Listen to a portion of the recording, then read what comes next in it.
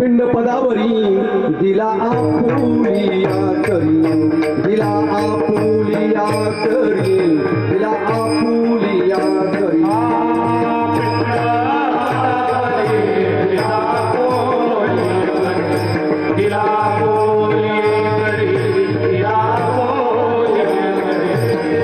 पिंड पदावरी दिला आपुलिया करी, दिला आपुलिया करी, दिला आपुलिया करी।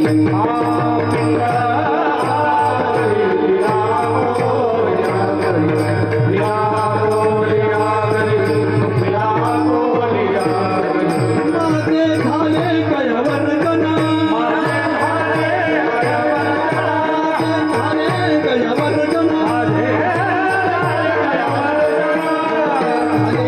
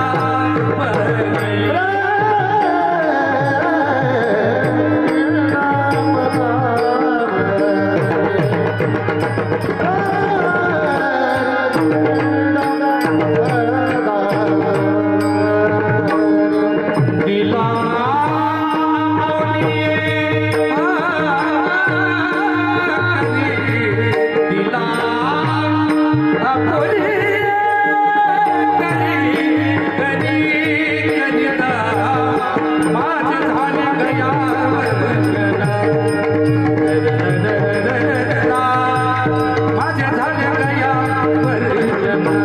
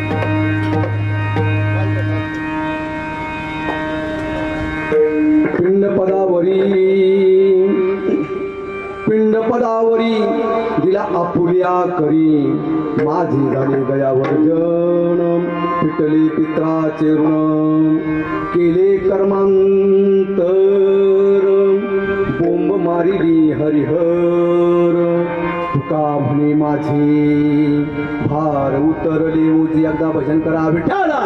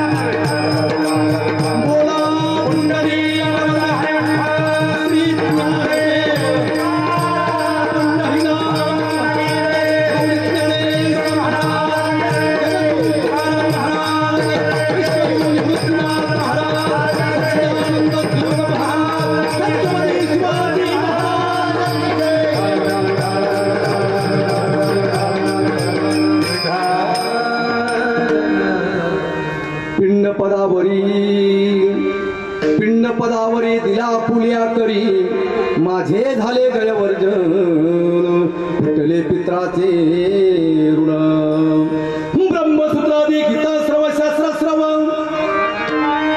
अमानंती सदा मस्तकृती मू रुद्र्याग्रस्तव देवश्वैश्वर्या तथा विठ्ठलं तं नमामि प्रभो सदा समचरण सरोजम संद्रलीला बुदाभम जगन्निहितं पाणी मंडना मंडनानं तरुण तुलसीमाला कंदर्म कंजनेत्रं सदैव धवलहासं विठ्ठलं चिंतयामि नमो विठ्ठला राजया पांडुरंगा नमो रुक्मिणी माऊली ज्ञानगंगा नमो पुंडलिका नमो चंद्रभागा नमस्कार माझा त्या रुक्मिणी पांडुरंगा पांडुरंगा करू प्रथम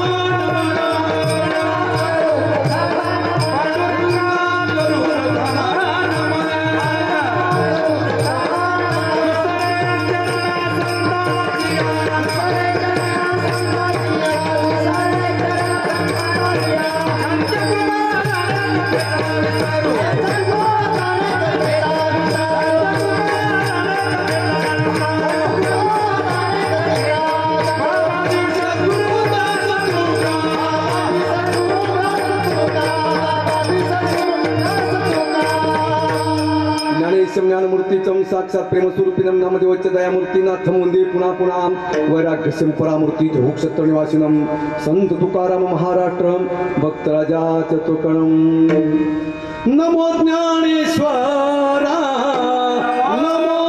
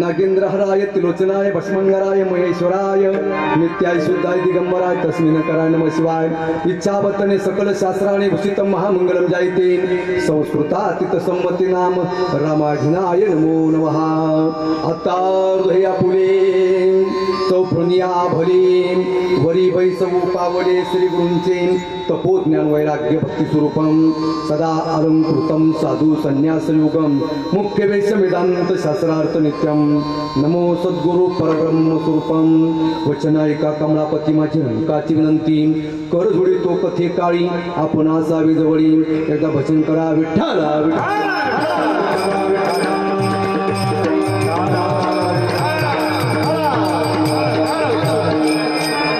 पदावरी दिला पुल्या करी पिंड पदावरी दिला पुल्या करी माझे झाले गयवर्जन पिटले पित्राचे ऋण प्रस्तुत प्राप्त स्थळी प्राप्त प्रसंगी सेवेकरता निवडला अभंग वैराग्याचे मुकुटमणी पंचवेद निर्माण करणारे वारकरी संप्रदाय असणारे कळस श्री संत तुकाराम महाराजांचा नैमित्तिक प्रकरणातील गोड चिंतनी अभंग सेवेकरता निवडला आहे विठाला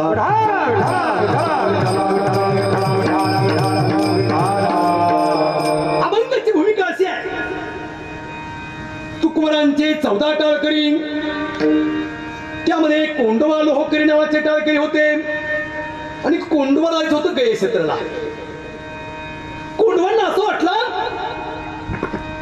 बाबांचं दर्शन घ्यावं आणि निघावं म्हणून कोंडवा लोहकरे तुकोबरायांकडे गेली म्हणजे बाबा मी गयला चाललो मला काहीतरी द्या तेव्हा माझ्या तुकोबराने सांगितलं बाळा मी संसार तुळशीपत्र सोडलाय संसाराच्या नावे घालून या शून्य संसार तुळशीपत्र सोडलं बाबा माझ्याकडं माझ्याकडं काहीच नाही बाबा असं करू नका मी गैरा चाललोय मला काहीतरी द्या त्यावेळेस माझ्या तुकोबराने काय केलंय हातावर एक कागद घेतला एक पेन घेतला आणि एक अभंग लिहून टाकला तो अभंग म्हणजे प्रस्तुत सेवेकरता निवडलेला अभंग आहेत पिंड पदावरी हिला आपुल्या करी माझे झाले एका वेदन पिटले पितराचे ऋण म्हणजे गया शत्रीला दिलेलं पत्र आहे महाराज तुकोबरायांचं फार चिंतनीय अभंग आहे जेवढे ज्ञानोबर आहे तुकोबर आहे माझे सद्गुरू नामदेव महाराज पठारे जेवढे बुद्धिस्ट महाराज तेवढं मी सांगण्याचा प्रयत्न करणार आहे विठाला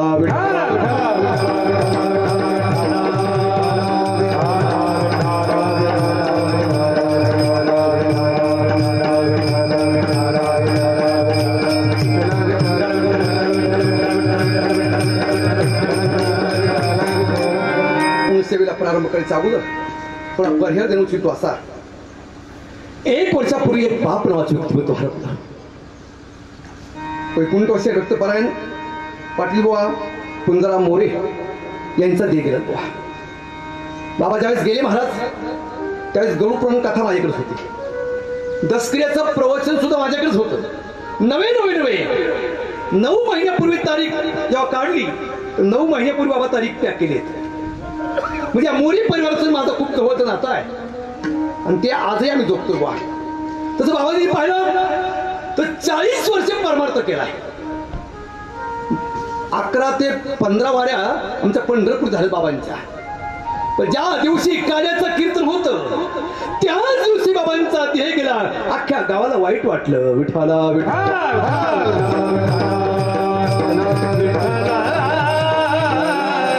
बाबांचा परिवार आपण जर पाहिलं ना, मुलं आहेत त्या ठिकाणी भास्कर भाऊ पाटीलबा मोरे, नंतर कैलास भाऊ पाटीलबा मोरे, नंतर त्या ठिकाणी मुलगी आहेत निर्मलाताई जनार्दन जाधव आणि चिरंजीव एस किरण मोरे आणि समस्त पाटील परिवार मोरे परिवार या ठिकाणी श्री छत्र शिवरे. तसं पाहिलं नैमित्तिक सेवा आहे. इकडे एकावन्न मुळे इकडे पाहिलं ज्यांनी मला स्वर शिकवलं लहानपणापासून त्याने गुरुतुल्य मानतो. आपल्या भागाचं भूषण आणि आमच्या निफाड तालुक्याचं भूषण नवे आज गायनामध्ये ज्यांचं 1 नंबर होतो नाव आहेत महाराज असे आमचे गुरुवर या ठिकाणी प्रकाश महाराज सुराचे. त्यांचं दर्शनाचा योग आज आला बरेच वर्षानंतर. कारण बाबा होते म्हणून मी वाचलेलं आहे. नाही तर घरी लाकडे उमपडली होती. बाबाला माहित आहे घरी लाकडे उमपडली होती. बंडा महाराज कीर्तन केला आंबेवाडीला. विचार करा महाराज फक्त बाबांची कृपा होती म्हणून वाचलो म्हणून तुम्हाला दिसतोय आज. फक्त एकमेव म्हणून महाराज. तसं महाराजांचा माझा काही परिचय नाही पण गोड असा आवाज आहे महाराज. नंतर माझे सिंतवादक या ठिकाणी अमित महाराज मृदुंगमणी महाराज कुठेतरी परिचय झालाय पण असं नाव लक्षात येऊ ना. गोड असा परिवार आमचे जाधवभाऊ असतील. साऊंड सिस्टीम तर जवळजवळ आतापर्यंत 40-45 कार्यक्रमाला संघच आहे.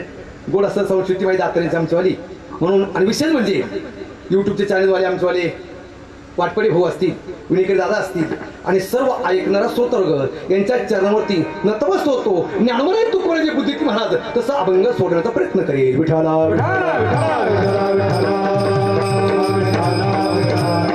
अभंग तर पाहिलं तर नैमित्तिक प्रकरणात आहे. या मृत्यू लोकांमध्ये जो जडजीव जन्माला येतोय त्याचा मृत्यू अटळ आहे. पण बऱ्याच लोकांना हेच माहित नाही मृत्यू लोकाचा प्रारंभ केव्हा झाला. जगामध्ये पहिला मारणारा व्यक्ती कोण तुम्ही म्हणते महाराज कोणी.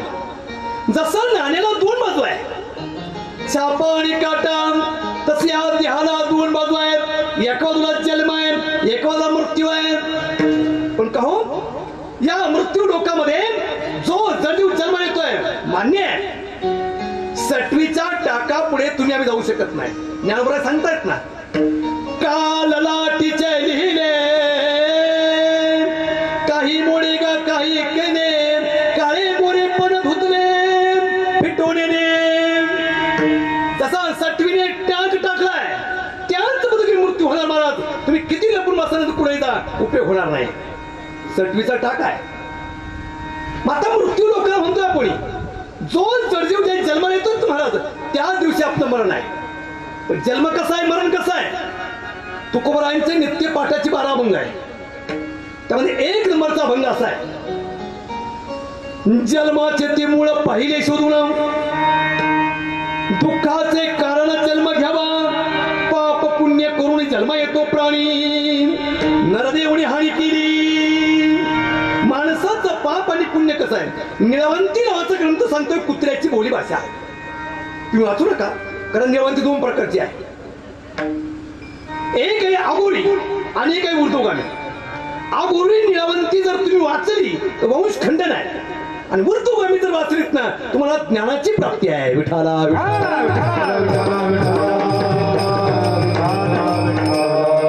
माझ्याकडे दोन्ही पण आहे.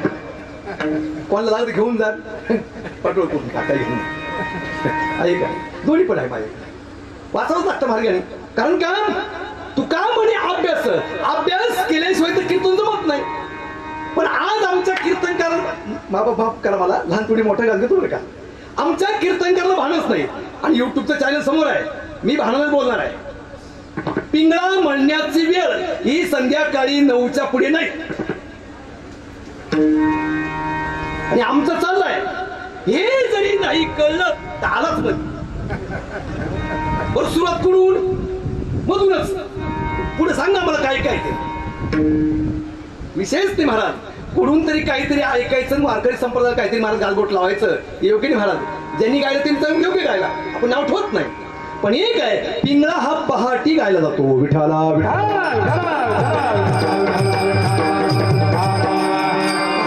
तुकोबारायांचा अभंग आहे मी सांगत नाही ज्याने विठ्ठल मात्रा घ्यावी त्याने पत्ते सांभाळावी काम क्रोध मिठ मिरची घेऊन रुची आशा मनीचा तेल घट याचा येऊ देरी विटा भक्तिभावा तुप पुळी याशी सावध होऊन मी तुका म्हणी औषध घ्यावे आणि त्याने ब्रह्मानंदी राहावे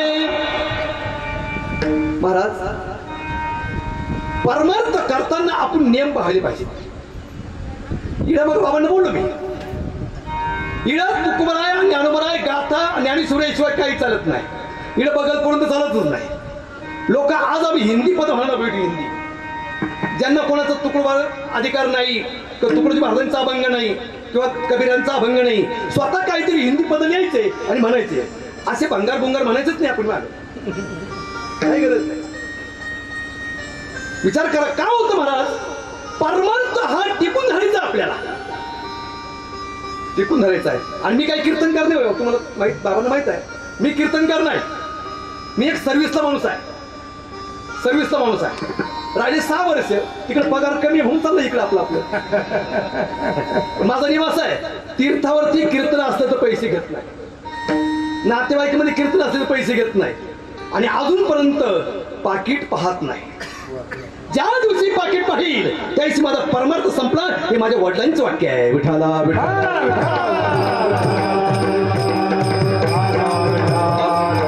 आणि कीर्तनवीर महाराज जर कीर्तनकार तरुण असेल तर विनेकरी म्हातारा नसावा थोडे शब्द कटू आहे कीर्तनकार जर तरुण असेल तर विनेकरी म्हातारा नसावा कारण का कीर्तनकारापेक्षा विनेकरी श्रेष्ठ आहे इकडे आज आम्ही लहान लहान पोरं पोपटपंची करतोय तिकडे काही धंदा चालत नाही म्हणून पोराने लहान लहान पोराला कीर्तनकार केलं चालला पोपटपंची महाराज आणि ते बिचारे 95 वर्ष त्यांनी हरिपाठ दररोज गायला काकडा म्हणतायत सर्व गाथा पाडतायत आणि त्या 6 वर्षाच्या पोराचे ते कीर्तनकार ते विनेकरी पाया पडतात पुढे चाललाय आपला परमार्थ आमचे गुरुवर्य संदीपन बाबा शिंदे सांगता आम्हाला परमार्थ करायचं तर राजहंसासारखा करा विठाला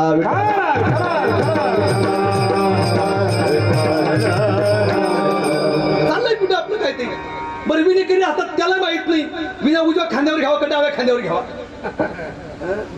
चाललाय त्याला त्या जमणार नाही नुसतं कुठंतरी 4-5 ठिकाणी गण लावला हा सोन केलं म्हणून विनेकर हा असं काही होय का विण्याचे 3 प्रकार आहे गात्र विनाम दारुविना आणि ब्रह्मविना आता नारदाच्या हातामध्ये जो विना आहेत ना तो नेमका विना कोणता त्याला म्हणतायत ब्रह्मविना मी सांगत नाही तुकोबाराय सांगतायत नारद ब्रह्मचारी राम नामेनाची निर्धारी ब्रह्मविना घेऊन खांदी राम नाम मुखी समाधिस्थ नारदाने फक्त डाव्या खांद्यावर विना घेतला विचार करा तर शेवटी काय झालं माहितीये का काम जिंकण्याचा आनंद झाला अहंकार झाला शेवटी राम प्रभूने जन्म यावं लागलं कशामुळं फक्त विना डाव्या खांद्यावर घेतल्यामुळं ते तुम्हाला वेळ भेटत सांगायचा प्रयत्न करेल मग तसं हे परमार्थ आहेत ना हे तुम्हाला केव्हा कळेल कीर्तनामध्ये कसं कीर्तन चांग कीर्तन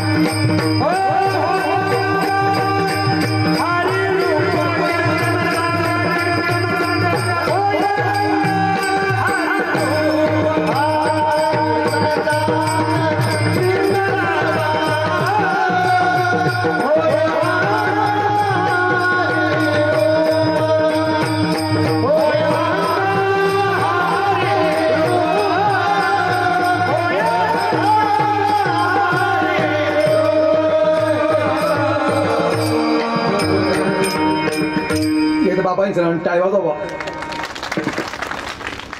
खूप गोड महाराज. असे जर 7 कडे असले तर 4 वाजेपर्यंत कीर्तन चालत आपलं, पण मला संध्याकाळी परत लांब. विचार कर महाराज, आपण जर पाहिलंच ना, मग कीर्तनच चांगलं होय अंग. बघा पूर्वीच्या काळी आमचे कीर्तनकार पायी यायचे बाबा, कंदिलाच्या प्रकाशामध्ये कीर्तन करायचे.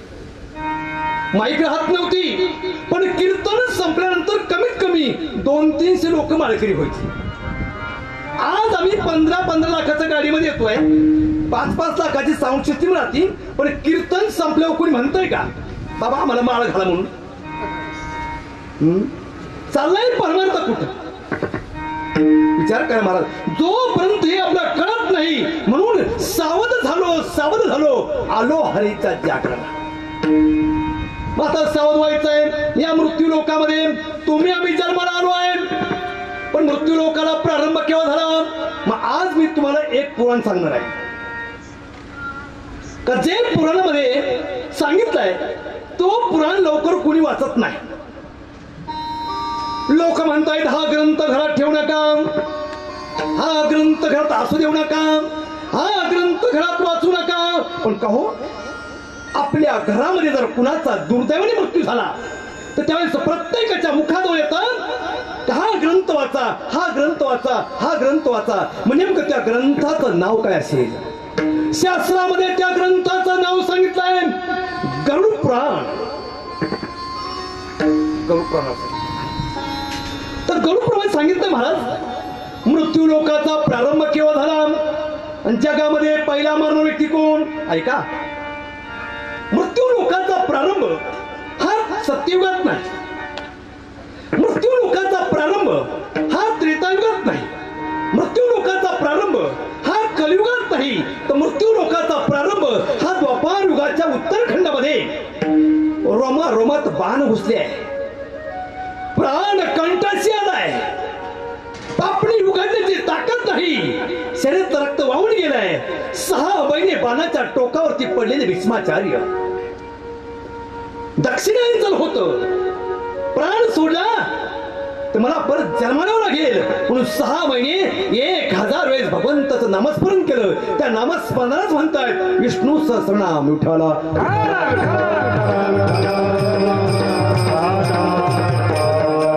विष्णू सहस्रनाम जनक असेल तर भीष्माचार्य. ज्यावेळेस कळलं महाराज या ठिकाणी बस आता मला देहाचा त्याग करायचा आहे, म्हणून त्यांनी आपल्या देहाचा त्याग केला. ज्या दिवशी उत्तरायण लागलं आणि देहाचा त्याग केला त्याच दिवशी या ठिकाणी मृत्यू लोकाला प्रारंभ झाला. आणि मृत्यू लोकामध्ये पहिला मरणारा व्यक्ती कोण असेल ते भीष्माचार्य आहेत. विठ्ठला.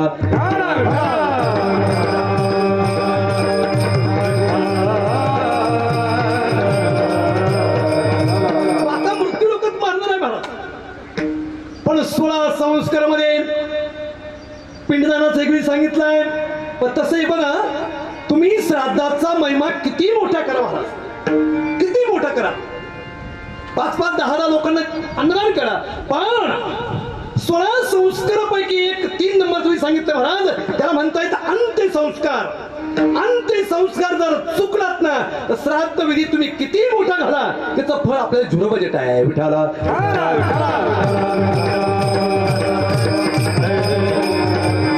आता रामायण पिंडदान केलं तुम्हाला ते तुम्हाला सांगणार आहे. कारण का हे आपण जर पाहिलं तर गरुड पुराण अध्याय क्रमांक 9, 10, 11 आणि प्रेत कल्प भाग 13, 14, 15 विचार करा महाराज. 9, 10, 11 गरुड पुराण अध्याय आणि प्रेत कल्प 13, 14, 15 यामध्ये गोड सांगितलंय माणसाचा प्राण गेल्यानंतर अंत्यसंस्कार कसा करायचा. जर तो संस्कार चुकला तर तुम्ही श्राद्ध विधी किती मोठं झाला उपयोग होणार नाही. आता मी तुम्हाला घरामध्ये प्रेत असल्यापासून तर रक्षा विसर्जन कुठपर्यंत करायचो ही प्राथमिक पहिल्यांदा भूमी सांगेल, नंतर तुम्हाला पिंडदान करेल मी. मात्र आपण जर पाहिलं जसं रामायणामध्ये रामायण 2 लोकांनी लिहिलं, एका ब्राह्मणाच्या मुलाने रामायण लिहिलं आणि एकाने जन्माला येतानाच मुखामध्ये 32 दात आहे त्यांनी रामायण लिहिलं. आता ब्राह्मणाचं पोरग कोणतं?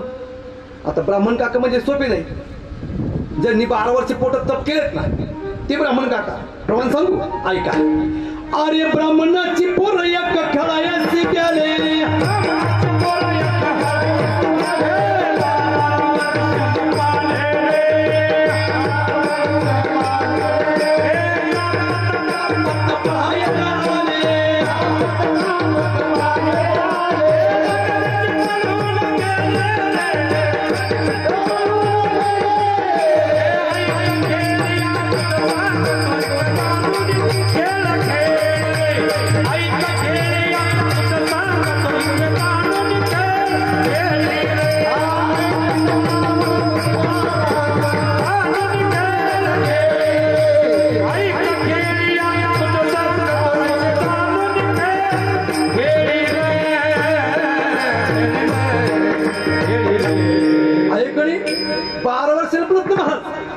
आता विचार करा ब्राह्मणाचं पोर कोण आहे.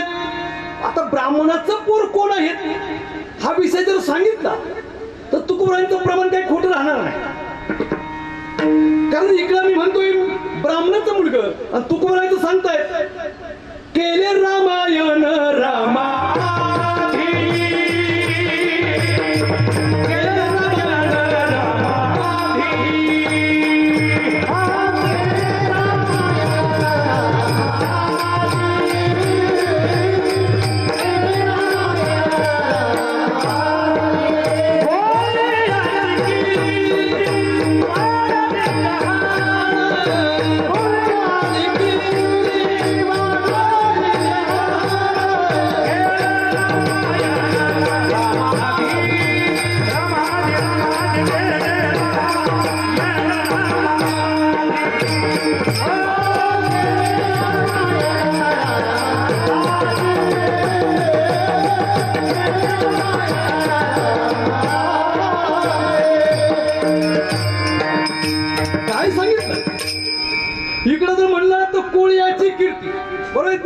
आणि मी सांगतो एका ब्राह्मणाच्या मुलाला रामायण लिहिलं माझं खरं का तुकोबारायांचं खरं. आता मी झिरो बजेट आहे तुकोबारायांचं खरं आहे. पण 40गाव तालुक्यामध्ये वालझरी म्हणून गाव आहे तिथे एक ब्राह्मणाच्या कुळामध्ये रत्नाकर नावाचा मुलगा जन्माला आला.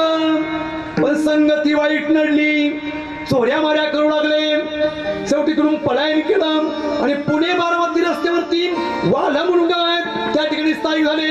मग चोऱ्या मारे करू लागलेत ना म्हणून त्यांना शेवटी वाल्या कोळी म्हटलं गेलेत. वा मूळ कोण ब्राह्मण विचार करा महाराज. पण एक असं आहे जन्माला येतानाच मुखामध्ये 32 दात आहे. मग त्यांचं नाव सांगितलंय तुलसीदासजी महाराज. दोघांनी रामायण लिहिलं पण गरुडपुराण व्यास लिखित आहे महाराज. मग यामध्ये सांगितलंय 9व्या अध्यायामध्ये अंत्येष्टिविधी कसा करायचा ऐका.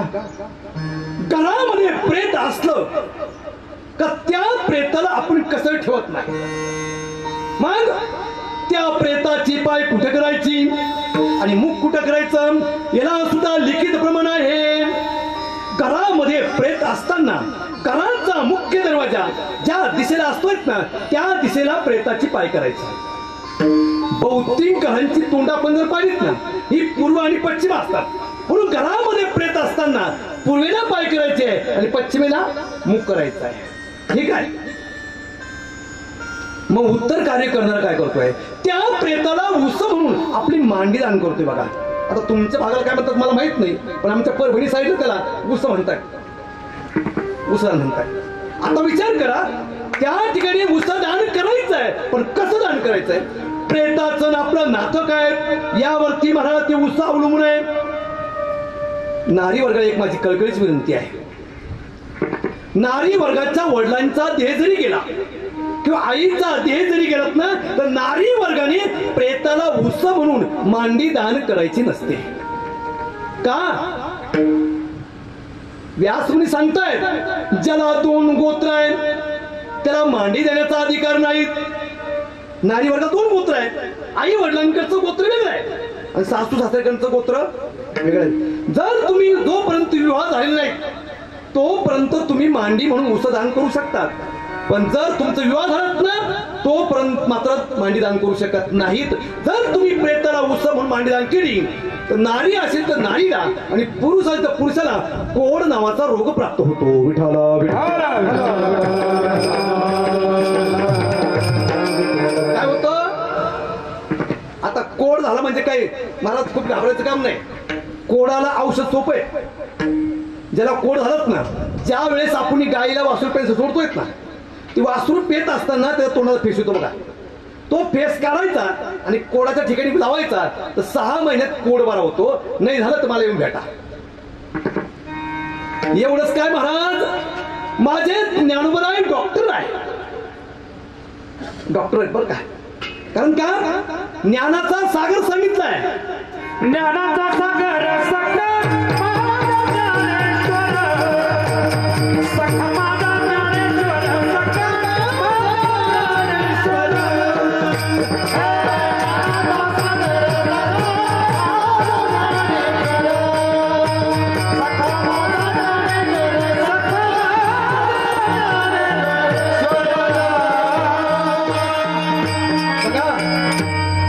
गुडघ्याचे विकार आहे ज्याला कमरेचे विकार आहे तरी दवाखान्यात जायची गरज नाही.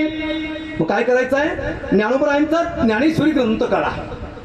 अध्याय क्रमांक 10 दररोज सकाळ दुपार संध्याकाळ अध्याय क्रमांक 10 मधल्या 1 ते 5 क्रमांकाच्या ओव्या सकाळ दुपार संध्याकाळ वाचा. आपल्या गुडघ्यादुखी आणि कंबर दुखीचे विकार दूर होतात. हे ज्ञानोबरायांचं वाक्य आहे. माझं नाही वाक्य. ज्याला कानेचा प्रॉब्लेम आहे आणि डोळ्याचे विकार आहेत ना त्याला काहीच करायचं नाही. अध्याय क्रमांक 4 ज्ञानेश्वरी 4 अध्याय दररोज सकाळ दुपार संध्याकाळ 1 ते 5 क्रमांकाची वाचा. कानाचे विकार आणि डोळ्याचे विकार बरे होतात. ज्यांना कॅन्सर आहे त्यांनी काहीच करू नका. तुकोबरांचे एक अभंग आहे अशक्य ते तुम्हाम नाही नारायणाम निर्जीव चेतनान्वयाम. बस एवढं जरी केलं ना तरी ज्ञानोबर तुम्हाला समजते. म्हणजे आपण जर पाहिलं ना मग प्रेताला भुसा म्हणून मांडीदान करायचे पण कशी ऐका आपल्या घरामध्ये जर वडिलांचा देह गेला असेल तो उत्तर कार्य करणारी त्याला उजी मांडी आपल्याला प्रेताला उसदान करायचे. पण जोपर्यंत प्रेताचं मुख आपल्या मांडीवर आहे तोपर्यंत डोळ्यातले अश्रू त्या प्रेतावरती दान करायचे नाही करायचे भारकाने. आणि जोपर्यंत प्रेताचं मुख आपल्या मांडीवर आहेत ना तोपर्यंत वस्त्रांना हवा घालायची नाही. मग फक्त हाताने अशी 5 वेळेस हवा घालायची. का या देहातला आत्मा आता पंचमहाभौतिक तत्व विलीन झालायत ना म्हणून 5 वेळेस हवा घालायची महाराज. पण जर आईचा देह गेला असेल तर आईला सांगितलंय मांडी डावी बरोबर आहेत ना वड्यासाठी उजी मांडी देत ना. पण गरुपुराण सांगतं आईचा देह जर गेला असेल तर आईला उजी मांडी पण चालत नाही आणि डावी मांडी पण चालत नाही. मग 2 घोटे ज्या ठिकाणी एकत्र येतात त्या मधील घ्यायचंय बुवा.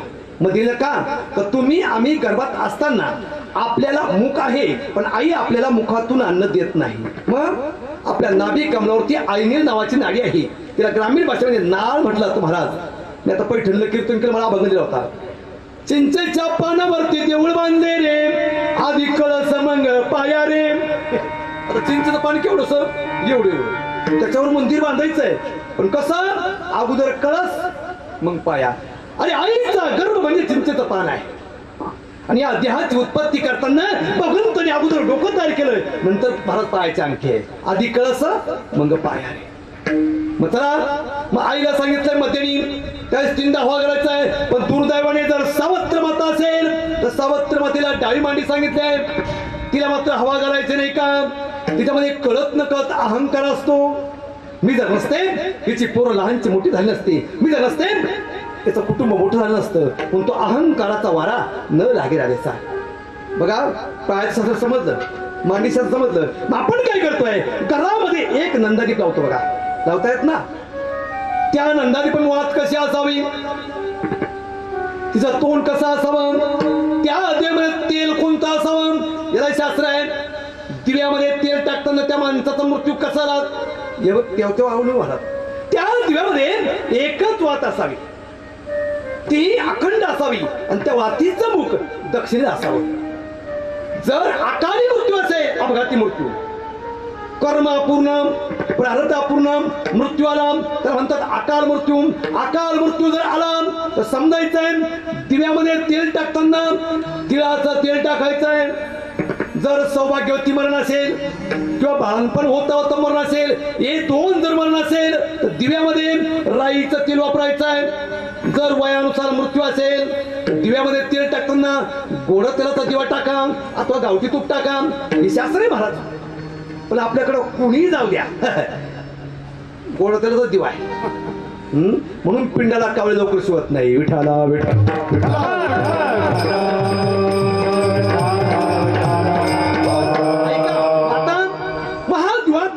महाराज. आपला आत्मा निघून गेला. आपला जो आत्मा आहे हा काळाच्या नियमाच्या हातामध्ये फक्त आणि फक्त 17.5 मिनिटं राहतो आणि परत तो काळाच्या यमाच्या हातून निघतो आणि राहत्या घरामध्ये येतोय. ज्या वेळेस हा जीवात्मा राहत्या घरामध्ये येतो ना त्याला शास्त्रामध्ये एक शब्द वापरलाय, प्राणोत्क्रमण क्रिया. प्राणोत्क्रमण क्रिया. आता बघा जोपर्यंत हा जीवात्मा 3 दिवस घरामध्ये राहतो, आता काही काय म्हणतात 6 दिवस राहतो, 6 दिवस घरामध्ये आत्मा राहत नाही. 4थ्या दिवशी या आत्म्याला कावळ्याचं रूप प्राप्त होतं. म्हणून आपल्या घरामध्ये जर कोणाचा मृत्यू राहत ना 4थ्या दिवसापासून बघा कावळा मागे पुढे घराच्या ओरडत असतो. मला का हा जीवात्म्याला काक देवतेचं रूप प्राप्त होत असतं. चला पुढे आता मग आता हा जीवात्मा 3 दिवस घरामध्ये आहेत ना पुन्हा अग्नीला फार घाबरतोय. अग्नीला घाबरतोय महाराज. हा जीवात्मा अग्नीला घाबरत असल्यामुळं आपल्या घरातली चूल आपण 3 दिवस पेटवत नाही, बाहेरून आलेलं अन्न आपण भक्षण करतोय. विठाला विठाला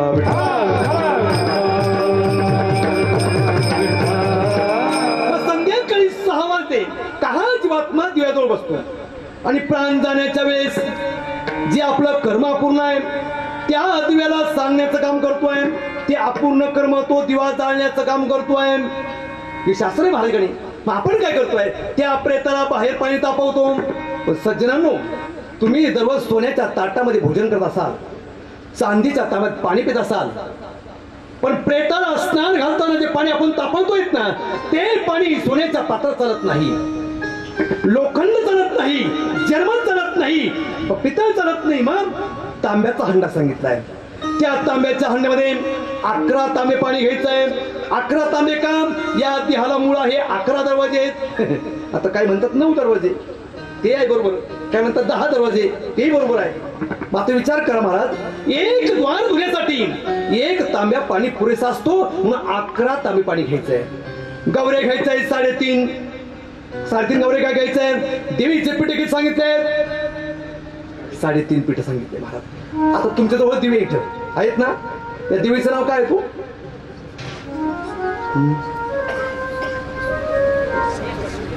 बरोबर आहे का. ज्याच्या गावाला गंगा त्याचा गुढ घ्याला. सज्जनांनो देवी भागवत वाचा. देवी भागवतामध्ये त्या देवीला नावच नाही, ती अनाम आहे.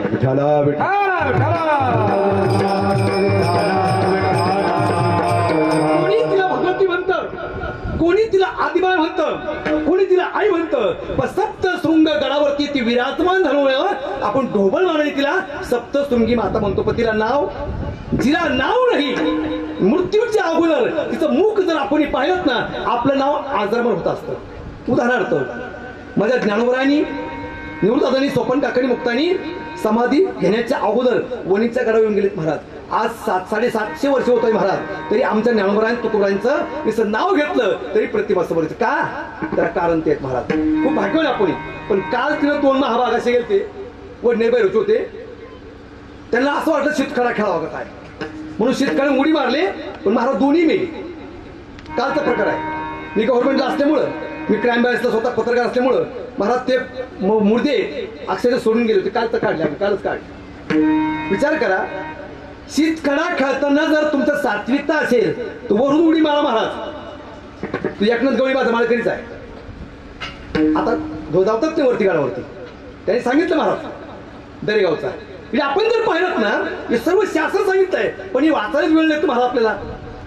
माता बघा या ठिकाणी सर्वात महत्व सांगितलंय त्या देवीला नाव नाही, त्या नाव आहे. मग 3.5 गवरे घ्यायचे. मग आपण काय करतोय प्रेताला बाहेर काढतो. मग का हो प्रेताला बाहेर काढताना जी दिशा सांगितली आहे घरामध्ये जी क्रिया असते तिची उलटी क्रिया आपल्याला बाहेर करायची आहे. घरामध्ये पूर्वेला पाय आहे आणि पश्चिमेला मुख आहे. पण स्नान घालताना दक्षिण उत्तर जरी केलं ना तरी चालतं महाराज. पण पहिला तांब्या कुठे टाकायचा आहे आतापर्यंत हे तुम्हाला कोणी सांगितलंच नाही आणि आपण जाणून घेतलं नाही. बघा, स्नान घालताना गरम पाण्याचा पहिला तांब्या त्या प्रेतावरती कुठे टाकायचा, त्या प्रेताचं आपलं नातं काय यावरती पहिल्या तांब्यावरून आहे. तो कसा ऐका. वडिलांचा देह जर गेला असेल तर पहिला तांब्या हा टाळूवरती आहे. ऐका तो विषय कसा आहे. आईचा देह जर गेला असेल तर गरम पाण्याचा पहिला तांब्या स्नान घालताना पायाच्या अंगठ्यावरती आहे. भावाचा देह गेला असेल आणि भाऊ जर उत्तर कार्य करतोय ना तर स्नान घालताना पहिला तांब्या हा छातीवरती आहे. बहिणीचा देह गेला असेल आणि भाऊ जर उत्तर कार्य करतोय ना तर स्नान घालताना पहिला तांब्या गुडघ्यावरती आहे. आणि पत्नीचा देह गेला असेल आणि पती जर उत्तर कार्य करतोय ना तो स्नान घालताना पहिला तांब्या नाभी चक्रावरती आहे. पण आपल्याकडे कुणी जाऊ द्या पहिला तांब्या टाळूवरच आहे. सांगतच नाही कुणी महाराज. एका माणसाकडे गेलो तुम्ही त्या दात नव्हते, दातच नव्हते. मी म्हणलं बाबा मला काहीतरी सांगा. मला ते काही सांगतच नव्हतं, ते फक्त खोबरं खायचं. तू लक्ष झालं ना मी काय म्हणतो. कारण बॉसच्या माणसाला खोबरं खायचं खूप नाद राहत. कोण नाही बघा तुम्ही बॉस नव्हतं कुठून खोबरं आणतो कुठून नाही काय माहिती. दररोज खोबरं खाते. एकदा काय झालं कीर्तन निघालो मी. अशी एक म्हातारी माऊली होती महाराज. ती मला 2 काजू 2 बदाम आणि 2 खारीक द्यायची दररोज द्यायची. मग त्या आजी म्हणलं आजी तुमची काही माझी ओळख नाही पाळख नाही, तुम्ही मला दररोज काजू बदाम हे देतात याला कारण काय. म्हणजे बाबा माझ्या तोंडाकडे पहा. म्हणजे बरोबर आहे. माझ्या मुखात आता आहे का म्हणजे नाही. म्हणजे जोपर्यंत चगळायचे तोपर्यंत चगळीते नाही चावले का तुम्हाला देते.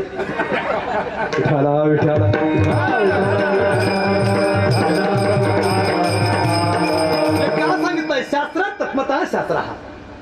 शास्त्र कळलं पाहिजे महाराज आपल्याला. इथे आपण जर पाहिलं ना मग आता या ठिकाणी स्नान घातल्यानंतर आपण तिरडी बांधतो बघा. 3.5 बांबूची तिरडी घ्यायची आहे. आणि सज्जनांनो एकदा वापरलेली तिरडी परत चालत नाही आणि त्यातल्या त्यात लोखंडाची चालतच नाही. आता ग्रामपंचायतीने काढल्या लोखंडाच्या. मग आम्हाला कोण येतं महाराज लय प्रयत्न केला कावळाच येत नाही. लय प्रयत्न केला कावळाच येत नाही. कशाला कावळा येईल महाराज. हे जर तुम्ही केलात ना कावळा तुम्हाला काही गरज नाही कोणाला फोन करायची ऑटोमॅटिक कावळा येईल महाराज. पण आपला विधी चुकतोय ना चुकतो विधी महाराज. म्हणजे ऐका कसं आहे. मग 3.5 बांबू तिरडी घ्यायचे कारण का लोखंडाच्या धातूवरती 22 दिवस अतृप्त आत्मे असतात. अहो एवढं काय महाराज घरासमोर कोणती झाडं असून कोणती असून हे शास्त्र आहेत ना. आपल्या घराच्या मुख्य द्वारासमोर शेवग्याचं झाड असू नये आणि बदामाचं झाड असू नये. काय काय काय म्हणले महाराज. घराच्या मुख्य द्वारासमोर शेवग्याचं झाड असू नये आणि बदामाचं झाड असू नये. कारण शेवगा हा गोसावी पंथाचा आहे. गोसावी पंथाचे नियम हे तुम्हा आम्हाला निघू शकत नाही. आणि बदामाच्या झाडावरती 42 दिवस अतृप्त आत्मे असतात. किती दिवस 42. आपल्या घरामध्ये लक्ष्मी काय वासावी असं जर वाटत असेल तर आपल्या घराच्या अवतीभोवती लाजळू आणि कणेर असावी. मुलांचा एका बुद्धी अंक गेलेत ना. ज्या मुलांच्या घरामध्ये बुद्धी चालतच नाही त्यांच्या घराच्या अवतीभोवती गुलमोहर आणि अशोकाचं झाड जर लावलत ना तर मुलांचा बुद्ध्यांक जास्ती होत असतो. मग शाळेमध्ये बघा तुम्ही शाळेमध्ये अशोकाचं झाड आणि गुलमोहर झाड असतं महाराज. एवढंच काही नाही महाराज. ऐका पुढचं कसं आहे. आपल्या घराच्या समोर किंवा अवतीभोवती साग सिसम आणि खैराचं झाड जर असेल तर आपल्या घराला पितृदोष होत नाही. झाडं भेटतील महाराज. पण आपलं उमरा काय असतोय एक तर सागाचा असेल किंवा सिसमचा असेल. विचार करा महाराज. हे शास्त्र सांगितलंय पण हे कोण ऐकतं महाराज. आता मनी प्लॅन जो आहेत ना तो मनी प्लॅन काही राशीनं चालत नाही तर काही राशीनं चालतोय. आणि मी तर असा अनुभव घेतला बाबा ज्यांच्या घरासमोर मनी प्लॅन आहेत ना तेच दरिद्री तेच पैसे मागत आहे. पैसे दे पैसे. ऐका कुंभ राशीला मनी प्लॅन चालत नाही. मेष राशीला मनी प्लॅन चालत नाही. तुळ राशीला मनी प्लॅन चालत नाही. आणि मिथुन राशीला मनी प्लॅन चालत नाही. बघा मिथुन राशी महाराज मी तर खूप महत्वाची रास समजतोय. मिथुन राशीला आयुष्यात पितृदोष नाही. आयुष्यात 7.5 नाही. जरी आलीही कोणीच नाही आहे किड कोणीच येत नाही ना देव पावला काय कोणीच नाही ना मग काही घाबरायचं काम नाही फक्त मिथुन राशीच्या लोकांनी एक वावगी खोड आहे बा कोणती एक खोड वावग आहे कोणती दुसऱ्याची प्रगती समोर होत नाही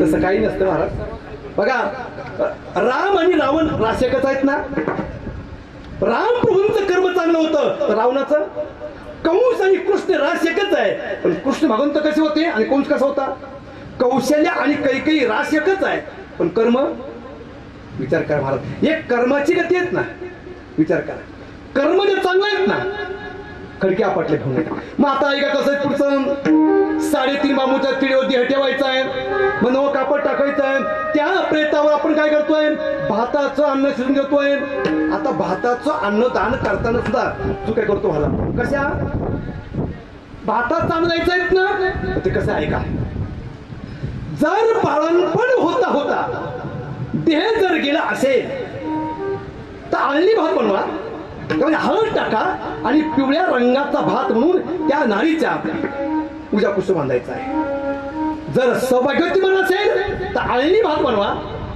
त्यामध्ये कुंकू टाका लाल रंगाचा भात म्हणून त्या नारीच्या डाव्या कुष्ठ बांधायचा आहे जर अपघाती मृत्यू असेल तर आळणी भात बनवा त्यामध्ये काळी तीळ टाका आणि तो भात छातीवरती बांधायचा आहे पण वयानुसार मृत्यू असेल तर आळणी भात बनवा त्यामध्ये पांढरी तीळ टाकली तरी उत्तम आहे नाही टाकले तरी उत्तमच आहे महाराज मग तो पायाजवळ बांधा किंवा हाताजवळ बांधा कुठे बांधा महाराज हे भातात शास्त्र आहे मग 4 खांदे करी 4 उवाचे 4 खांदे करी पाचवा उत्तर कार्य केल्यानंतर पानारे म्हणतोय मग आपण काय करतोय घराच्या समोरून प्रेत यात्रा निघते आता प्रेत यात्रा चालताना सुद्धा काही नियम आहे बा जोपर्यंत विसाव्याच्या ओट्यावरती आपण प्रेताला ठेवत नाही तोपर्यंत उत्तर कार्य करणारी आणि भरती मंडळातच चालायचं पुढं मागं सगळे मागडायचंय आणि त्यावेळेस मौन पाळायचंय पण आपलं असं असतं प्रेत यात्रा निघाली लोक एखादी पोरगी ऐकाव आणि एखादा पोरगा ऐकाव का पोरा पोरींचे लग्न करायचे कसं लग्न होती मृत्यू सडाक सुख येईल मागं एक मुलगा मरेल तर मुलगी मरेल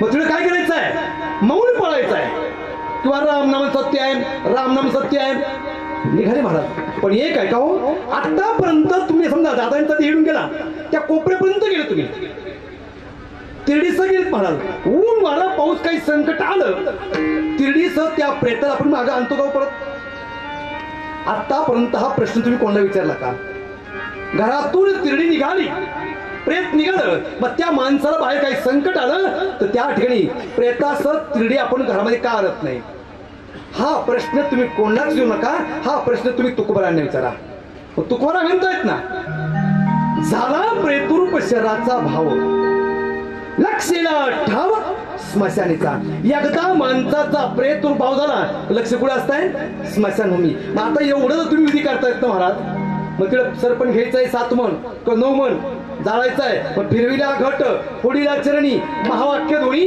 मग ते पती पत्नी का राहत नाही ते बहीण भाऊ का राहतात खूप मोठी आख्यायिका आहे महाराज मग असा देह निघून गेल्यानंतर मग पहिला दिवस दुसरा दिवस तिसरा दिवस नंतर या ठिकाणी दसक्रियाचं पिंडदान नंतर 13वेचं पिंडदान पण 13वेचं आणि दसक्रियाचं पिंडदान आपल्याला पाहायचं नाही तर आज पाहायचंय श्राद्धाचं पिंडदान मग ते पिंडदान कसं असतं तर तुकोबारा अभंगाच्या प्रथम चरणात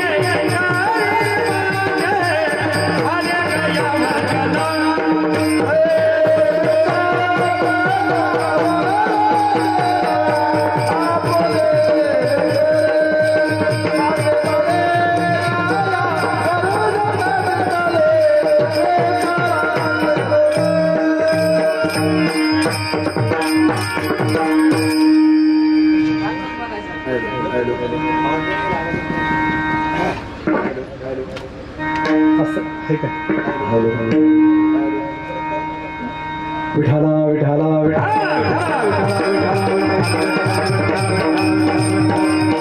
काय झालं? माझ्या वडिलांचं आता पुण्यस्मरण आहे.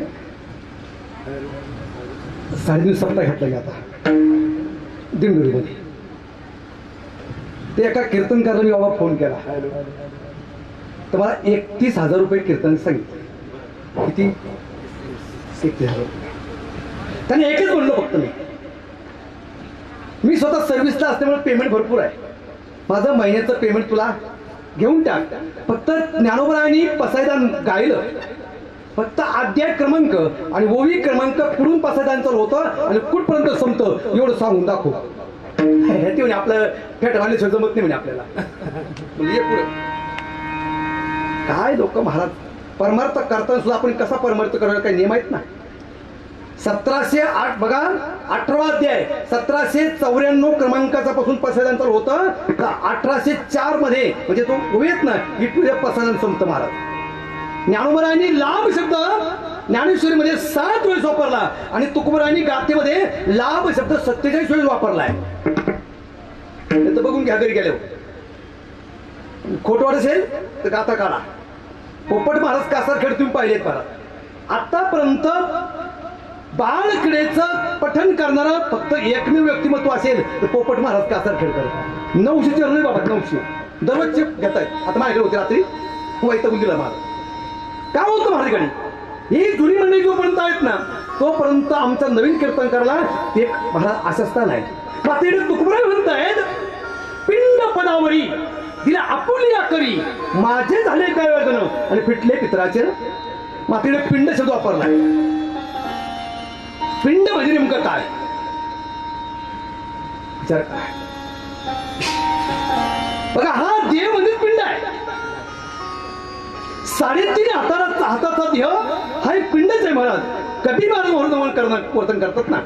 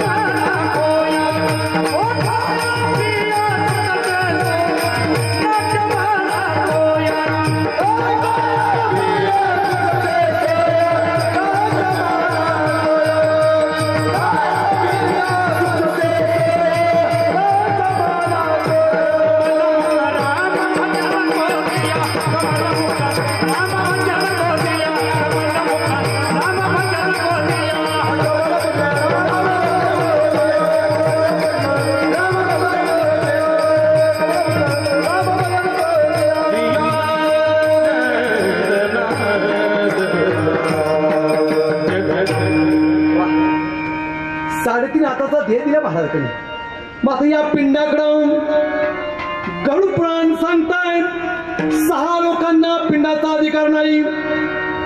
चिंतन मार्ग नाही का बरं का. खूप गोड चिंतन आहे. 6 लोकांना पिंडाचा अधिकार नाही. पहिलं 3 मुलं जर असली मधला मुलगा पिंडदानाला चालत नाही. काय सांगितलंय? 3 मुलं आहेत ना मधला मुलगा पिंडदानाला चालत नाही. त्याने काही पाप केलं का? नाही महाराज.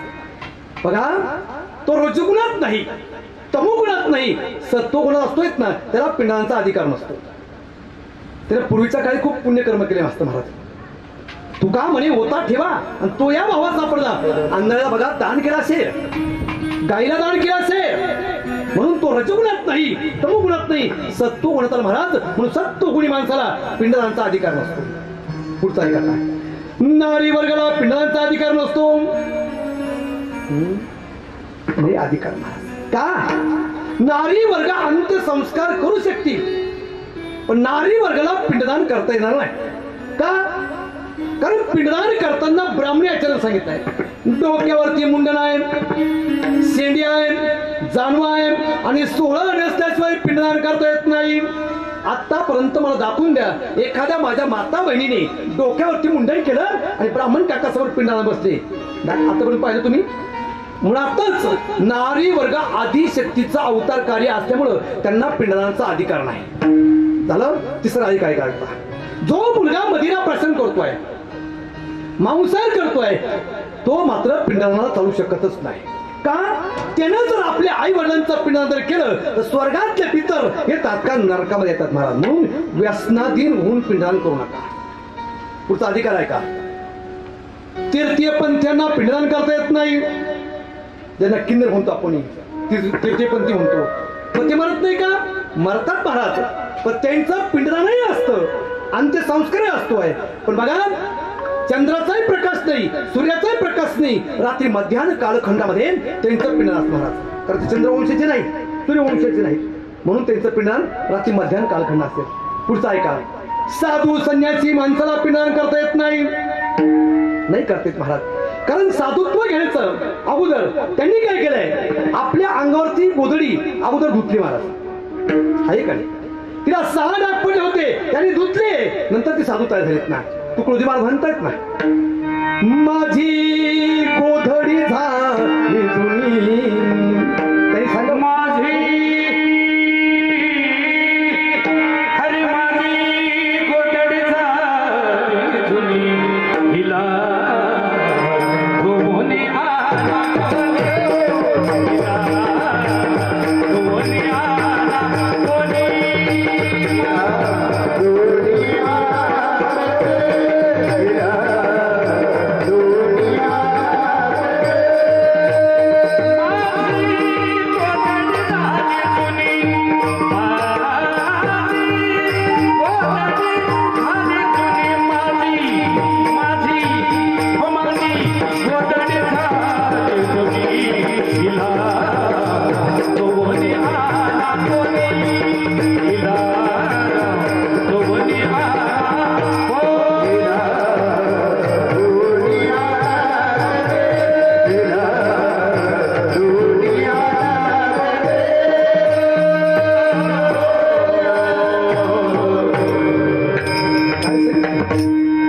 धुतली महाराज. म्हणून साधू संन्यासी लोकांना आपल्या आई वडिलांचं पिंडदान करता येत नाही.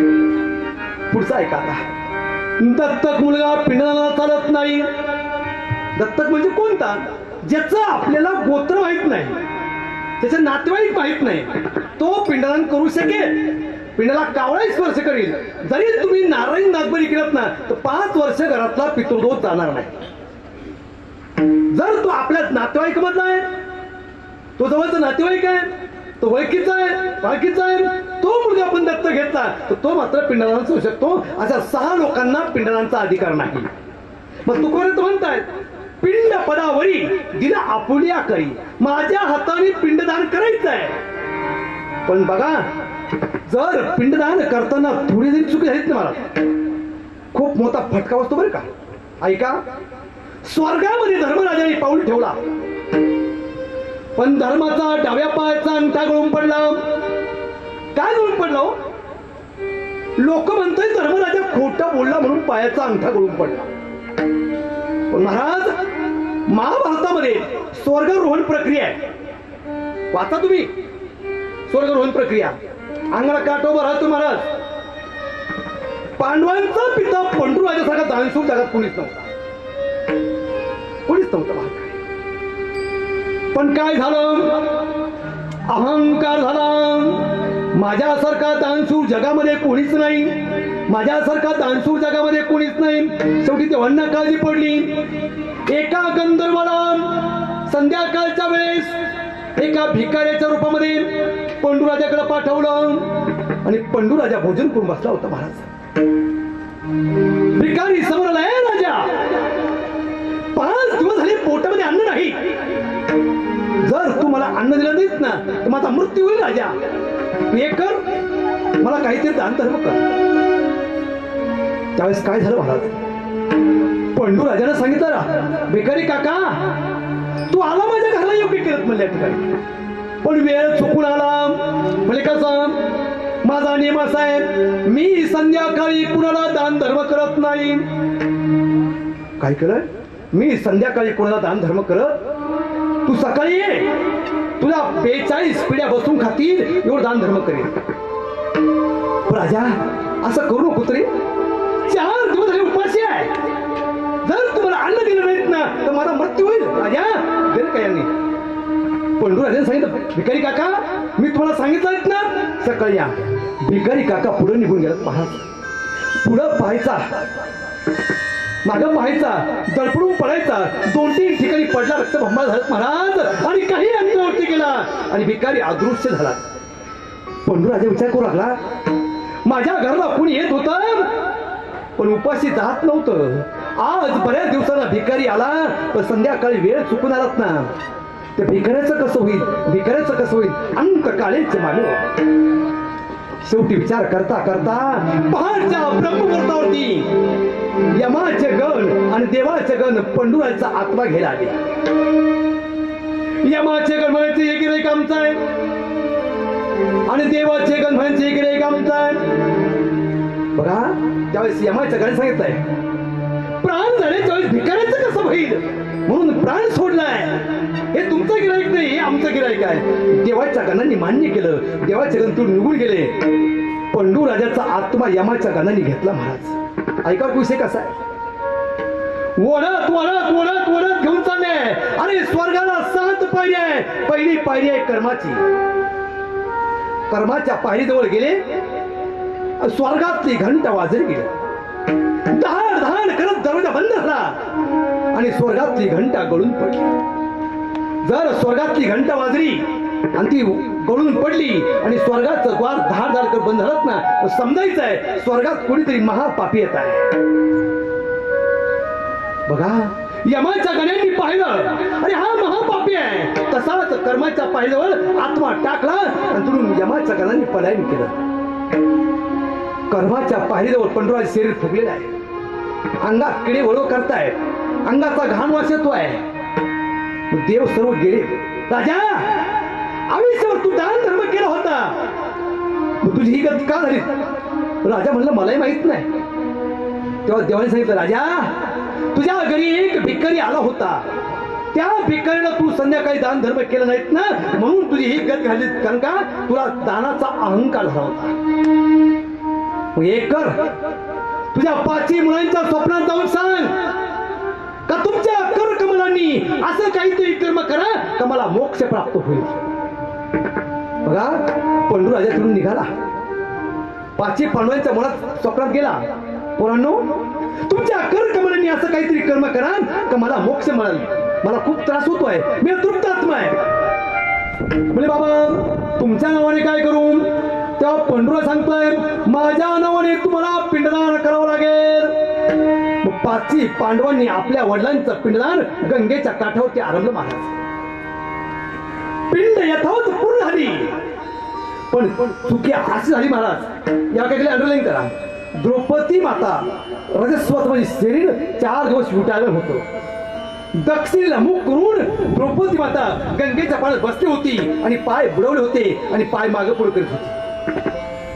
5 पांडवांनी आपल्या वडिलांचं पिंडदान यथावत पूर्ण केलं आणि धर्मराजाने तो पिंड उचलला आणि गंगार्पण केला. महाराज पिंड वाहत वाहत वाहत त्या ठिकाणी द्रौपदी मातेचे जे पाय होते महाराज डाव्या पायाच्या अंगठ्याला पिंडाचा स्पर्श झाला.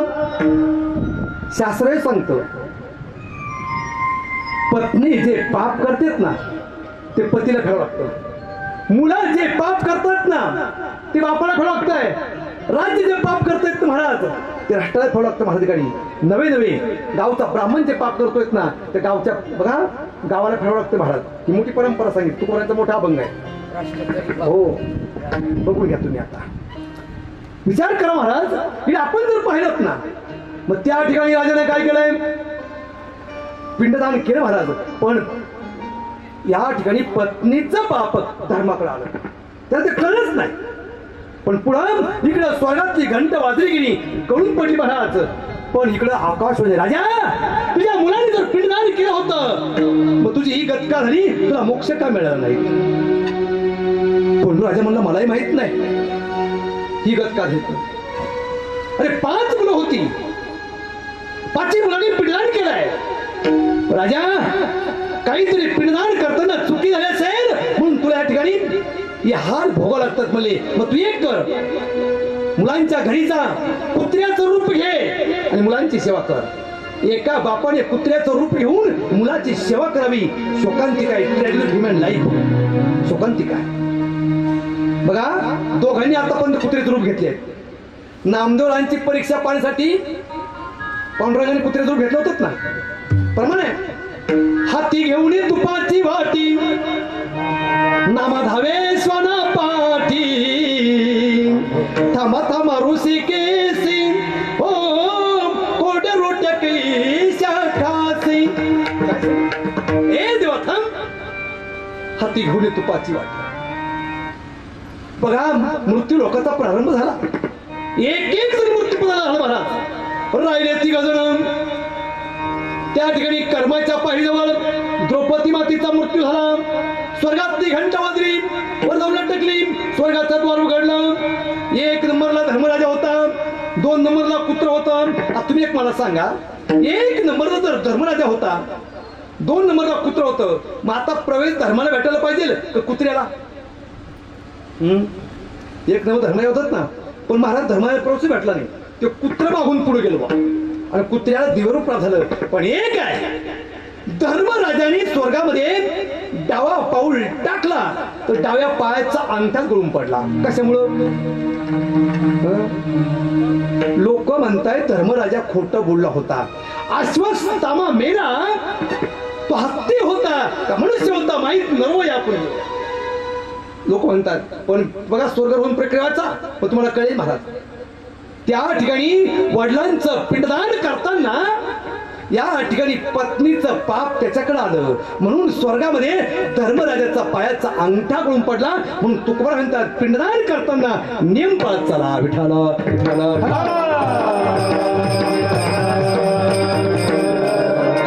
संतांनी सांगितलं महाराज आपल्याला, उपकार संतांचे आपल्यावरती. काय सांगू आता संतांचे उपकार, मज निरंतर जागावी,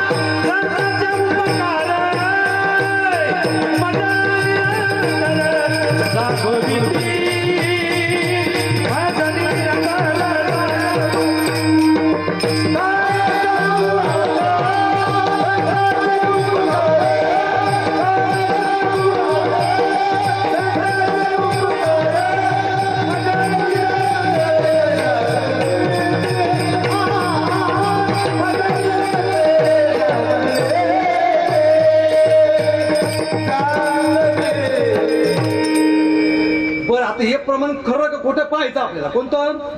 स्वर्गामध्ये धर्मराजाचा पायाचा अंगठा गळून पडला, हे प्रमाण खरं का खोटं? याला वैदिक शास्त्रामध्ये अंकशास्त्र सांगितलंय बा. ऐकावर कसं आहे. आता मी तुम्हाला एक गणित करायला सांगणार आहे. गणित करीत असताना तुमच्या मनामध्ये काही उत्तर येणार आहे. ते उत्तर तुम्ही मला सांगायचं नाही, मी तुमच्या मनाचं उत्तर सांगेन. आणि ते उत्तर जर बरोबर आलं तर समजायचं आहे तर स्वर्गामध्ये धर्मराजाचा डाव्या पायाचा अंगठा गळून पडला हे 100% खरं आहे. ऐकावर कसं विषय. ज्यांना गणित येतं त्यांनी करा, ज्यांना नाही येते फक्त पाहत राहा. एकटीनं कोणताही एक अंक तुम्ही मनामध्ये धरा. धरला?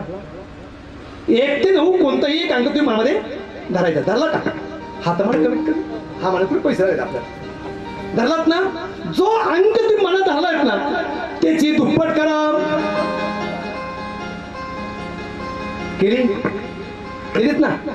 दुप्पट करून तुमच्या मनामध्ये एक नवीन उत्तर आलंय. आता जे उत्तर आलंय ना त्याच्यामध्ये माझे अधिक 10 मिळवा.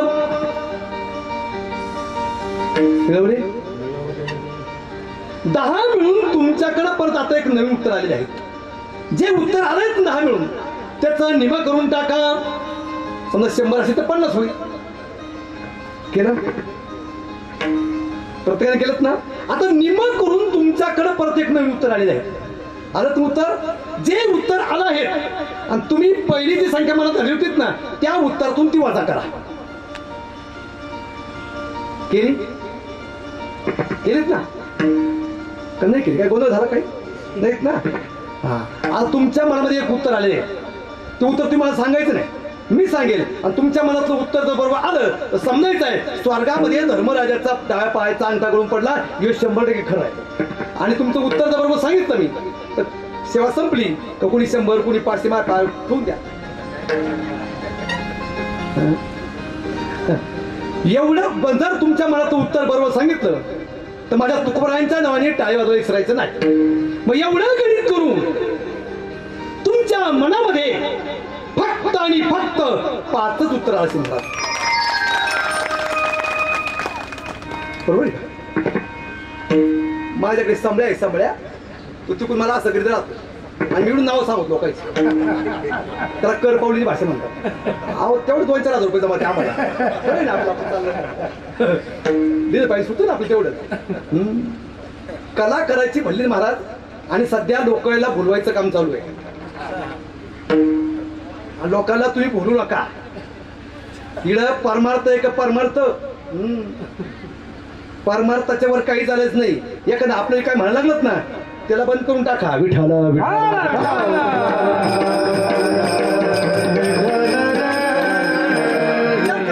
मग आता पिंड केलं कोणी कोणी फक्त एक शेवट दुसरं सांगतो आणि सेवा संपवतो. जगामध्ये 3 लोकांनी पिंडदान केलं.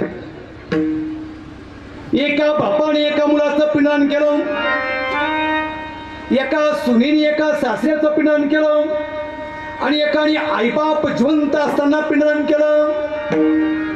तुम्ही महाराज थांबा, आम्हाला शंका आहे.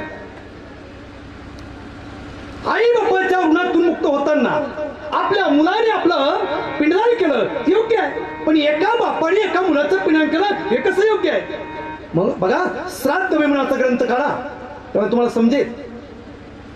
मग तो बाप कोण आहे? आदी गुरु दत्तात्रय महाराजांचा मानस पुत्र निमीने आपला मुलगा श्रीमान याच्या नावाने जगातलं पहिलं पिंडदान केलं. काय सांगितलं? दत्तात्रय महाराजांचा मानस पुत्र होता निमी, याला मुलगा होता एक श्रीमान. बापाच्या अगोदर मुलाचा देह गेला, बापाच्या अगोदर मुलाचा देह गेला आणि तेव्हापासून महाराज या ठिकाणी अतृप्त आत्म्याच्या रूपामध्ये तो श्रीमान बापाला सांगू लागला, बाबा मी अतृप्त आत्मा आहे, मला खूप त्रास होतो आहे, तुमच्या करकमला निवाचा काहीतरी विधी करा. या प्रश्नाचं उत्तर निमीला समजत नव्हतं. त्यांनी आपले पूर्वज आत्री मुनींचा धावा केला. आत्री मुनी प्रगट झाले. बाळा का धावा केला? माझा मुलगा माझ्या अगोदर गतप्राण झाला, तो तृप्त आत्मा आहे, मुलगा तो याचना करतोय. मग सांगा बाबा का माझ्या मुलाच्या नावाने मी असं कोणतं कर्म करू का माझ्या मुलाला मोक्ष मिळाला पाहिजे? आत्री मुनी निमीला सांगतोय, बाळा तुझ्या मुलाच्या नावाने तुला पिंडदान करावं लागेल. म्हणून जगातलं 16 संस्कार पैकी पहिलं पिंडदान केलंय ते आमच्या दत्तात्रय महाराजांचा मानस पुत्राने म्हणजे निमीने केलं आणि तेव्हापासून 16 संस्कार मध्ये ही पिंडाची प्रथा घालण्यात आली. विठाला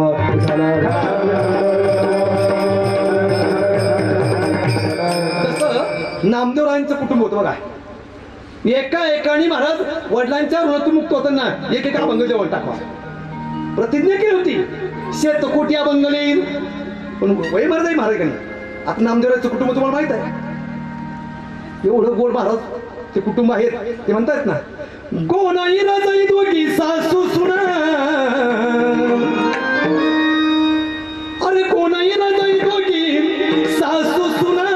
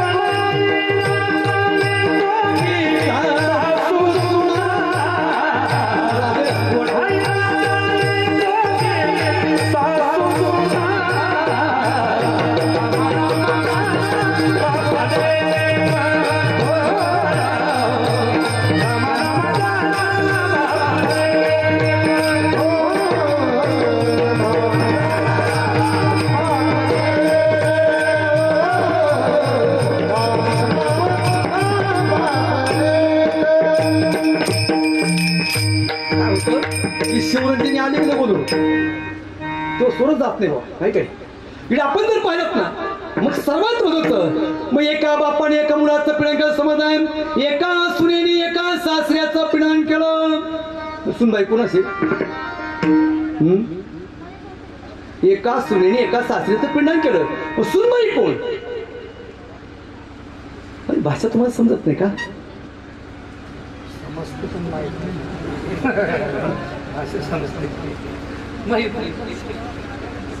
अहो रावणाची कन्या सीता माता बरोबर तरी नाही म्हणते आता काय करावं सांगा सीता माता ही रावणाची कन्या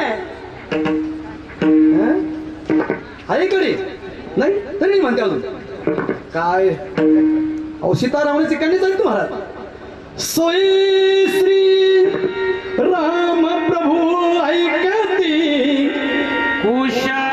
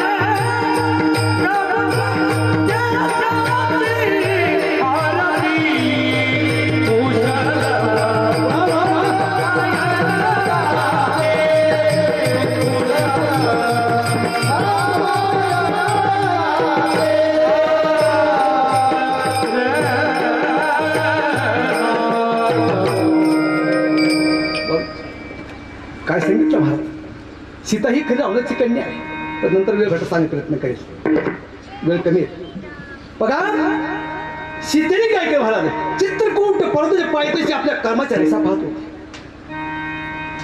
आयुष्यात कधी कोण हात दाखवायचे नाही बघा कधीच नाही सीतेने पाहिलाय आकाश मार्गाने कोणीतरी सूक्ष्मात्मा आहे आणि तो आक्रमण करतोय ए सीते मला खूप त्रास होतोय तुझ्या कर कमलांनी असं काहीतरी विधी कर तर मला मोक्ष मिळेल सीते मातेने वर पाहिलाय पण तुम्ही कोण सीते मी तुझा सासरा आहे 4 मुलं असताना अंतकाळाच्या वेळेस काही जवळ नव्हता त्यांनी माझं पिंडदान केलं नाही मग तुझ्या कर कमल तू माझं पिंडदान कर सीते मातेने सासऱ्याचं ऐकलं आणि 6 लोकांच्या साक्षीने गंगेच्या काठावरती पिंडदान आरंभ पिंड पदावरी तिला आपुटी 6 लोक कोण कोण एक आहे ब्राह्मण काका एक आहे गंगा माता एक आहे गोमाता एक आहे तुलसी माता नंतर उंबर दादा आणि वर दादा सीतेने यथावत पिंड केली आणि पिंड घेऊन गंगे अर्पण करायला निघाली पिंड गंगे अर्पण करणार तेवढ्यात गंगेतून आवाज आला झुळझुळ वाहणार पाणी बाजूला झालं महाराज आणि गंगेच्या पाण्यातून दशरथ राजाचे हात वर आले 2 हात ए सीते या पिंडावरती माझा अधिकार आहे तू कृपा हे पिंड माझ्या हातावर ठेव सीतेने धातूच्या पात्रात पिंड हातामध्ये घेतले आणि पिंड हातावर ठेवणार त्यावेळेस आकाश झाली सीते दशरथ राजाचा आत्मा अतृप्त आत्मा आहे तू जर पिंड हातावर ठेवले अधर्म होईल तू हे पिंड गंगा अर्पण कर सीतेने पिंड घेतले गंगा अर्पण केले महाराज सीता गंगेच्या पाण्यातून बाहेर आली आणि म्हणू लागली 4 मुलं असताना त्यांना पिंडदान करता आलं नाही मी परकीची लेक कारण का प्रत्येक जण मरणार आहे आजा मेला पंजा गेला म्हणतो आपण आजा मेला पंजा मेला पाप मसना गेला अरे देखत ना तू पण तोही तैसा झाला हे सर्व पाहिलंच बोलले मी पण एक आहे मग त्यावेळेस गंगे माताच्या बाहेर आली सीता माता सर्व मूर्तीपदा होत मान्य आणि सीतेला अहंकार झाला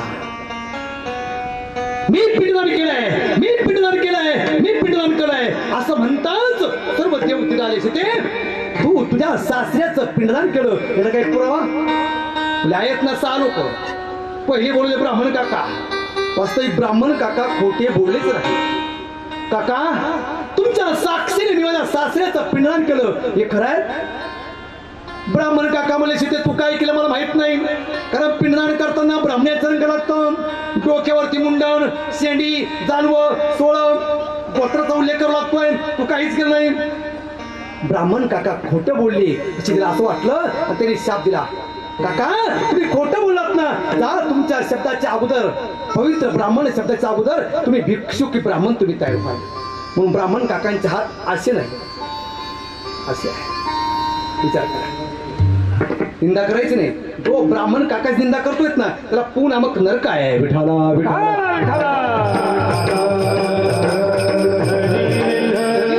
नंतर गंगेवरती संगंगे तुझ्यामध्ये माझ्या सासऱ्याचं मी पिंडदान केलंय खरं आहे का? तेव्हा गंगा माता म्हणे सीते तू काय केलं मला माहित नाही, मी त्या निद्रा घेतो. गंगेला शातून टाकलं, जा तुम्ही अदृश्य होशील आणि तुला जर महापुरात ना तर तुझं रूप पाहून लोक लांब पळतील आणि तुझ्या पुराच्या पाण्यामध्ये कुणी स्नान करणार नाही. म्हणून आजही गंगेला जर महापुरात ना तर गंगेच्या पाण्यावर आपण थांबत नाही आणि तिच्या पाण्यामध्ये आपण स्नान करत नाही का? हृदय सोळा असते बाहेर ठिकाणी. नंतर गेली गोमातेकडं, गायीने विचारलं, गायीने फुकता मुंडका असं नाही केलं. जे मुख नाही केलं ना सीतेला राग आला. सांगितलं गोमाते तू जे मुख नाही केलं ना आजपासून तुझं मुख हे अपवित्र होईल. गोमाता म्हणे सीते असं करू नको. दया आली. तिने सांगितलंय या अपवित्र मुखातून तुझे अन्न भक्षण करशील, त्याची विष्ठा आणि गोमूत्रता होईल ना हे जगामध्ये बहुपवित्र होईल. बहुपवित्र म्हणून आजही गायीचं मुख अपवित्र आहे, पण गायीची विष्ठा आणि गायीचं गोमूत्र जगामध्ये बहुपवित्र बहुपवित्र. नंतर गेली कोणाकडं? तुलसी मातेकडे. तुलसी माते सांग तुझ्या साक्षीने मी माझ्या सासऱ्याचं पिंडदान केलं हे खरं आहेत का? तुलसी माता म्हणली सीते तू काय केलं मला माहित नाही, त्यावेळेस मी ध्यान करत होते. विठाला विठाला विठाला.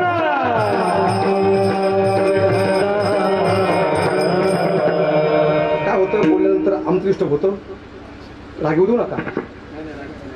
काय होतं माहिती का, तुमचं काय बोललं आता आम्हाला माहित नाही, पण आम्हाला वाटतं आम्ही चुकतो काय होतं. सांगितलं मला तिने आता आणि माझं कीर्तन संपूर्ण चुकून म्हणणार आहे. विठाला विठाला विठाला विठाला. 5 मिनिटं घेणार आहे. तुलसी मातेला शाप देऊन टाका. तुलसी तू खोटं बोललेत ना, जा शाप देतो मी तुला. तुझं आयुष्य मला फक्त 6 महिन्याची असेल. किती महिन्याची? 6 महिन्याची. पुढे गेली महाराज उंबरदादा. उंबरदादा सांग. उंबरदादा म्हणले मला काही माहित नाही, मी दत्तात्रय महाराजांची पालखी घेऊन गेलो होतो. घेऊन निघालो दत्ताची पालखी. उंबरदादा खोटं बोलला. सीतेला राग आला आणि उंबराच्या राजा शाप देऊन टाकला. उंबरदादा तू खोटं बोललात ना, जा आजपासून तुझ्या अंगावरती बारीक बारीक गाठी येतील. आजही उंबरा झाल्यावरती बारीक बारीक गाठी आहे. गिरी कोणाकडे? वरदादाकडे. वरदादा सांग तुझ्या साक्षीने पिंडदान केलं ना. सीते माझ्या साक्षीने तू सासऱ्याचं पिंडदान केलं हे 100% खरं आहे, पण ते कावळमध्ये बस बनवतो. तुम्ही तू कव्हा पाहिलं, तू कव्हा पाहिलं, ते कावळमध्येच बोंबललं.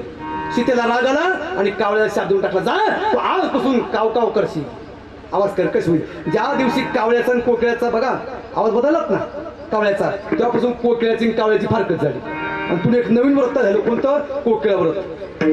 विचार करा. म्हणून अजून एक पिंड राहिलं तर संपला विषय माझा. वेळ संपून गेलीत. म्हणून एकदा प्रत्येकाने हाताने टाळी आणि मुखाने विठ्ठल विठ्ठल म्हणा.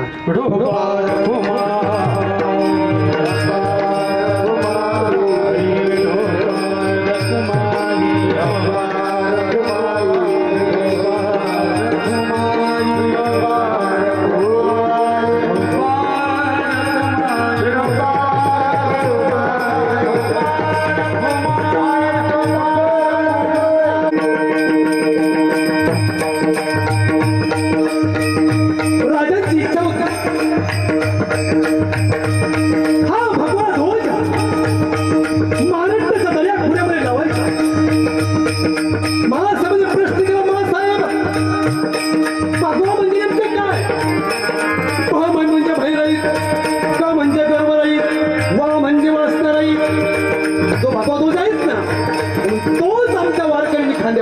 तेव्हा आम्ही बाबा ध्वज खांद्यावर घेतला लोक आम्हाला म्हणतायत जय देव पंढरपूर अवघड जय देव पंढरपूर नाही रामकृष्ण हरी आणि सर्वात भारी वारकऱ्यात कोणी हात धरत नाही पाय धरी त्याला कारण रामकृष्ण हरी सर्वात भारी म्हणून झालेली सेवा पुन्हा एकदा सर्वांच्यांनी अर्पण करून सेवेला पूर्ण ज्ञानेश्वर